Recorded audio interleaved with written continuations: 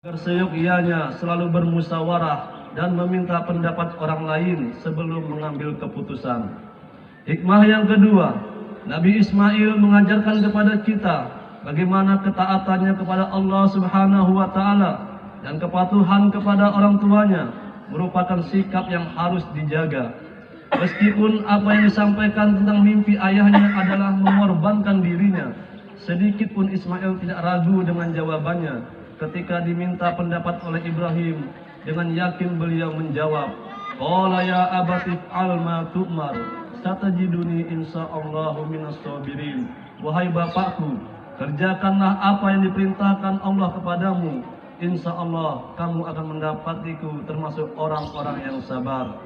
Jawaban Nabi Ismail tersebut bukanlah semata-mata dilandasi kepasrahan saja, tetapi memang jawaban yang dilandasi oleh iman dan takwa. Pelajaran bagi kita bahwa sebaik-baik bekal untuk anak-anak kita adalah pendidikan moral dan takwa.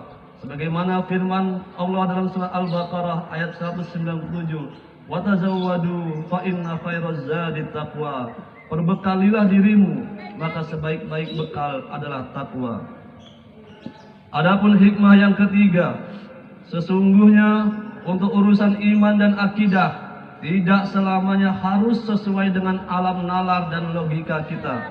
Seperti halnya perintah Allah kepada Nabi Ibrahim untuk menyembelih anaknya. Tentu secara nalar logika tidak bisa diterima. Tapi justru disinilah Allah menguji kualitas iman hambanya. Jika kita kaitkan dengan kondisi kita saat ini, ketika kita mewakafkan sebagian harta kita untuk jalan Allah, secara nalar harta kita akan berkurang.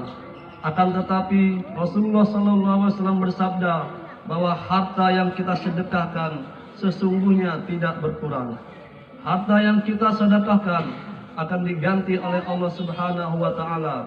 Sebaliknya, bila kita menahan sedekah kita, maka Allah akan tahan pula curahan nikmatnya. Bagi orang yang tidak beriman, tentu mereka akan membantah logika ini dengan cara hitungan matematis, bahwa setiap uang yang dikeluarkan pasti akan menyebabkan berkurang. Namun bagi mereka yang beriman, mereka sangat yakin dengan janji Allah dan Rasul-Nya.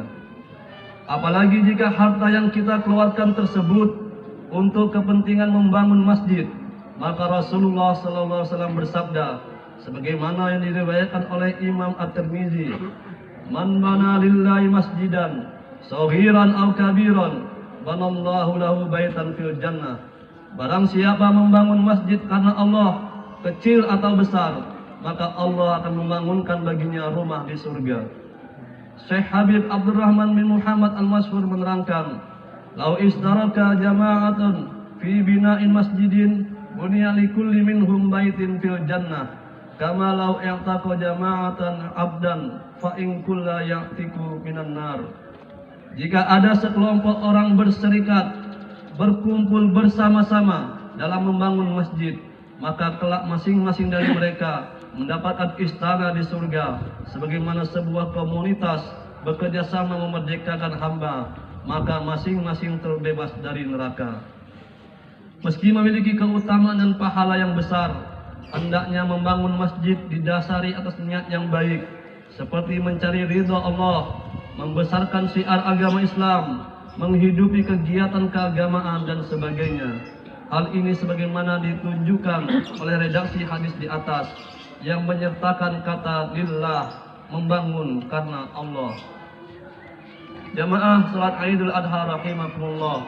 Akhirnya, marilah kita melaksanakan ibadah kurban kita di hari Idul Adha ini bukan hanya sekedar ibadah seremonial saja, namun kita jalankan dengan nilai-nilai spiritual dengan mengamalkan segala hikmah yang terkandung di dalamnya. A'udzubillahi minasyaitonirrajim. Bismillahirrahmanirrahim. Inna a'tainakal kautsar fashalli lirabbika wanhar. Inna sani'aka huwal abtar. Barakallahu li wa lakum fil Qur'anil azim wa nafa'ani wa iyyakum bima fihi minal ayati waz zikril hakim wa taqabbala minni wa minkum tilawatahu innahu was-sami'ul alim. Aqulu qawli hadza wastaghfirullaha li wa lakum wa li sairil muslimina wal muslimat wal mu'minina wal mu'minat fastaghfiru innahu wal ghafurur rahim. آمين آمين يا موافق السعين وفقنا لطاعتك أجمعين وتب علينا وعلى المسلمين واغفر ذنب من يقول أستغفر الله العظيم أستغفر الله العظيم أستغفر الله. الله أكبر الله أكبر الله أكبر الله أكبر الله أكبر الله أكبر الله أكبر الله أكبر الله أكبر. الحمد لله الذي أرسل رسوله بالهدى ودين الحق ليظهره على الدين كله ولو كره المشركون. أشهد أن لا إله إلا الله وحده لا شريك له وأشهد أن محمدا عبده ورسوله. اللهم صل وسلم وبارك على نبينا محمد وعلى آله وأصحابه ومن تبعهم بإحسان إلى يوم الدين.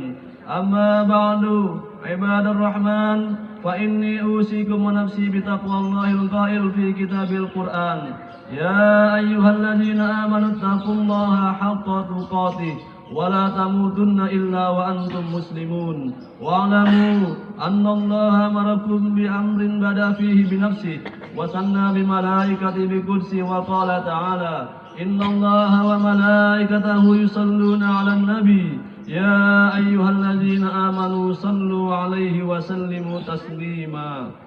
اللهم اغفر للمؤمنين والمؤمنات والمسلمين والمسلمات الأحياء منهم والأموات برحمتك يا أرحم الراحمين.